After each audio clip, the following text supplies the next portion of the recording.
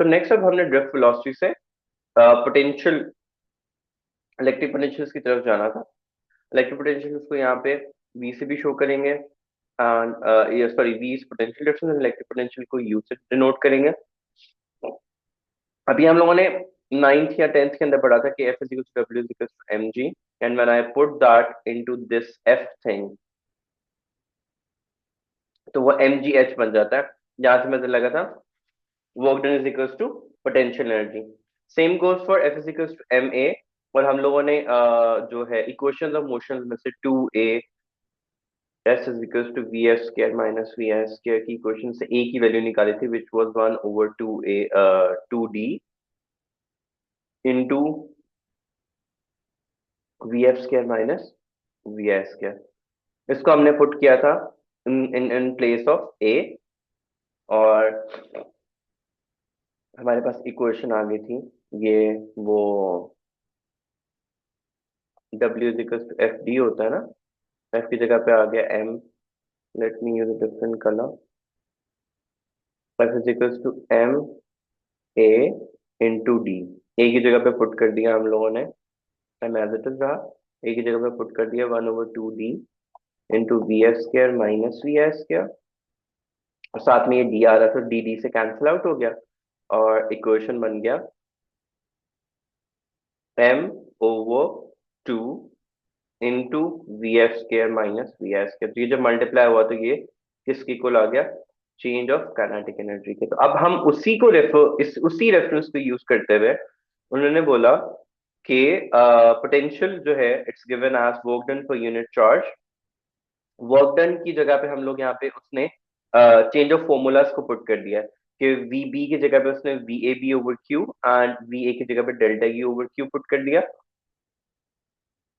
बल्कि सॉरी, इस तरीके से इट्स एन इक्वल साइन। तो चेंज ऑफ पोटेंशियल जब होता है that is equal to work done over ये, और तो यहाँ से electric potential which is U, which is basically यहाँ पे किसको शो कर रहा है, पोटेंशियल को शो कर रहा है।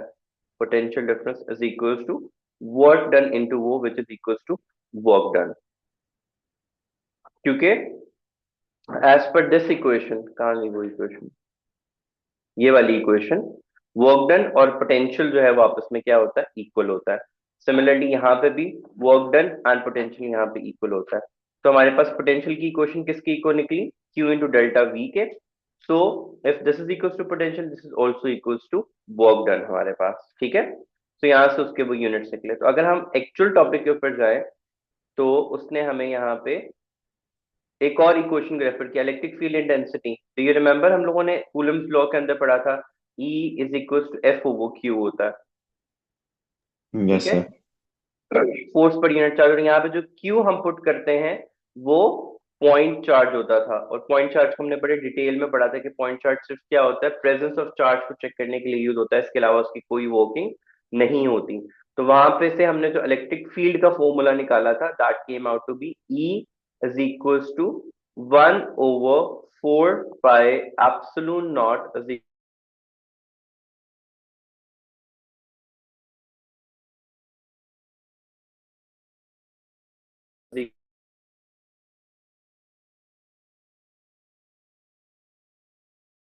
सर आपकी आवाज रुक गई है।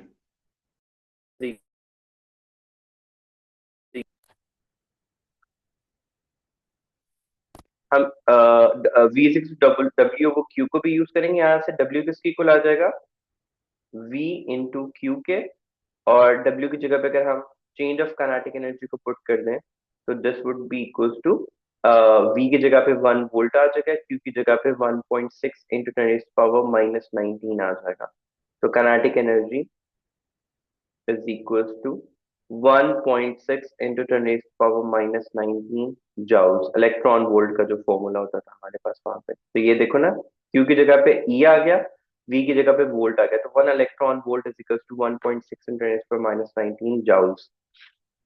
सो यहाँ पे उसने उसी चीज को डिस्कस किया हुआ है कि let us consider charge Q experiences a force in a constant electric field. This positive charge will move from left plate to the right plate, means from a positively charged plate to a negatively charged plate as shown in the figure.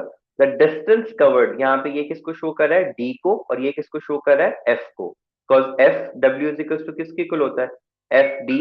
और अभी अभी हमने discuss किया कि F किसके equal होता है, Q into ई के इक्वल होता है, तो उसकी जगह पे क्यू ई आ गया, और एस की जगह डी की जगह पे क्या पुट कर दिया हम लोगों ने, एस पुट कर दिया। ठीक है। Yes sir. तो यहां से उसने दो तीन फॉर्मूलाज को पुट करके यहाँ पे उसने, बाकी since it's a force, everything in our nature, हम कंजर्वेशन को डिस्कस करते हैं, तो electrostatic force is conservative in nature. It means that work done on charge Q does not depend on the path taken.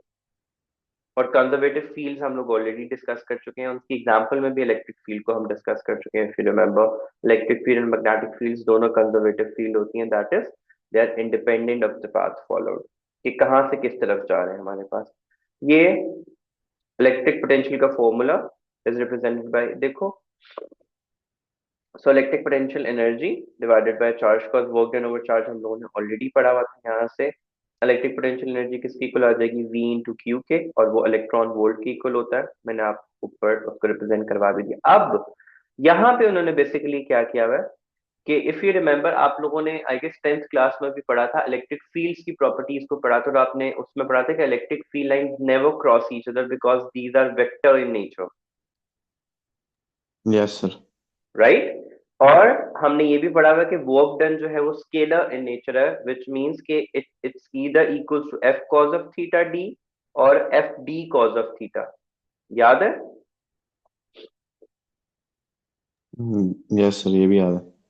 अब हमने concept को क्यों use करते हैं, क्योंकि हम देखते हैं कि जब स्केलर प्रोडक्ट होती है तो उसका एक्टिव कंपोनेंट या पार्टिसिपेटिंग कंपोनेंट हमेशा कौन सा होता है, कॉज ऑफ थीटा का होता है, इस तरह से। तो अगर हम इसकी जेनेरिक्स में जाएं तो वोल्टेज इज इक्वल टू, मतलब that is potential difference equal to work done over charge, work done की जगह पे एफ डी पुट कर दिया, एफ डी की जगह पे F cos of theta put कर दिया, ओवर क्यू, क्यू कांस्टेंट जा रहा है उसके साथ, और एफ की जगह पे क्यू ई पुट कर दिया, तो Q E R cos of theta. अब यहाँ पे उन्होंने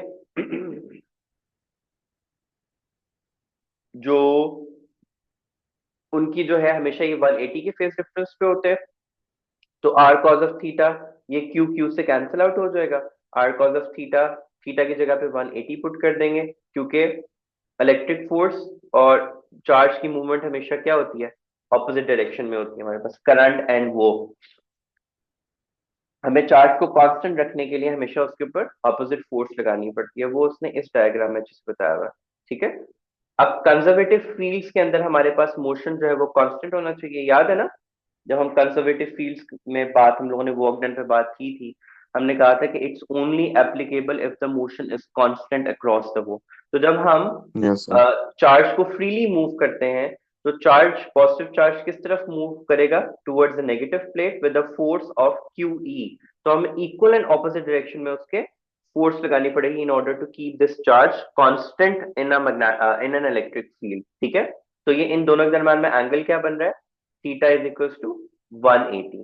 तो वही 180 हम लोग यहाँ पे प्लेस करेंगे, तो voltage is equal to E over R. तो यहाँ से ई किसके ऊपर, ई किसके इक्वल आ जाएगा, E would be equals to minus V over R, which is known as potential gradient. ठीक है। This V over R yes term sir. is known as potential gradient. Negative sign किसको शो कर रहा है, it would always be opposing to each other, opposite direction में वो act कर रहे होंगे हमारे पास। अब ये इलेक्ट्रिक पोटेंशियल की इक्वेशन मैं आपको अभी अभी ऊपर करा, I just explain that to you कि इलेक्ट्रिक पोटेंशियल E इसके इक्वल होता है ना, E इंटू क्यू के इक्वल होता है। तो E किसके इक्वल आ जाएगा, F ओवर Q के इक्वल आ जाएगा, और वहां से इक्वेशन हमारे पास, और उसको हम लोग वर्क डन में जब पुट करेंगे तो R R से क्या हो जाएगा, कैंसिल आउट हो जाएगा, तो सिर्फ Q ओवर R रह जाएगा हमारे पास। और अगर हमारे पास number of charges present in a field line, तो हम समेशन का साइन यहाँ पे ऐड कर दें, summation from I to N, और हमारे पास ये ओवरऑल इक्वेशन के कांस्टेंट उसको बाहर निकाल लेंगे। ये लास्ट पार्ट में आपको एक दफा दोबारा एक्सप्लेन कर देता हूँ। वर्क डन किसके इक्वल होता है, F इंटू डी के। हाँ। Yes sir. F किसके इक्वल होता है, K Q1 Q2 over R square के। जी सर। और ई किसके इक्वल होता है, एफ ओवर क्यू के। जी सर। अब एफ की जगह पे यहाँ पे पुट करें तो यहाँ से W किसके इक्वल आ जाएगा, ये D A किससे कैंसिल आउट हो जाएगा, तो W would be equals to K Q into Q 2 over R। अब हम इस इक्वेशन को ऊपर लेके जाते हैं इलेक्ट्रिक पोटेंशियल वाली इक्वेशन के अंदर, यहाँ वाले में, ठीक है। F over Q into Q R, R से कैंसिल आउट हो जाएगा हमारे पास, तो सिर्फ सिंगल एक R रह जाएगा पोटेंशियल के लिए हमारे पास। तो उसने वही वाला इधर यहाँ पे यूज किया, इलेक्ट्रिक पोटेंशियल वाला,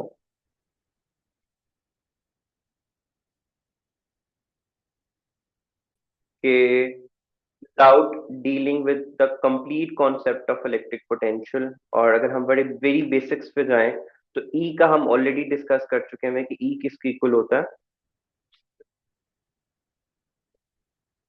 K Q over R square के इक्वल होता है, ठीक है।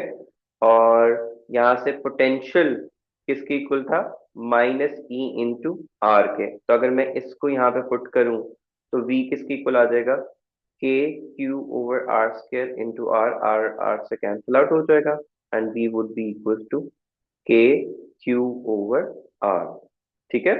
अब नंबर ऑफ चार्जेस और उसकी बेसिस पे हम यहाँ पे आई और आई पुट कर देंगे और समेशन का साइन पुट कर देंगे, लाइक दिस जो उन्होंने यहाँ पे किया हुआ है। के चूंकि यहाँ पे कांस्टेंट है उसको हम बाहर निकाल लेंगे, क्यू एंड आई को पुट कर लेंगे क्योंकि हमारे पास नंबर ऑफ चार्जेस प्रेजेंट होते हैं जब भी हम फील्ड के बारे में बात कर रहे होते हैं। तो उन्होंने यहाँ पे समेशन का साइन, बाकी सारा कॉन्सेप्ट वही कूलम्स लॉ वाला है कि के कांस्टेंट को शो करा होता है, it's equal to 9 in 10⁻⁹ charge on वो जो है इक्वल्स होता है 1.6 × 10⁻⁻19, और जो पर इलेक्ट्रॉन वोल्ट हमने किया था इट्स इक्वल टू 1.6 × 10⁻⁻19। उन्होंने आगे जाके इसको थोड़ा वैलिडेट किया हुआ है। बाकी तो ठीक। सारा सेक्शन इन थ्योरी ही है, फर्दर ऑन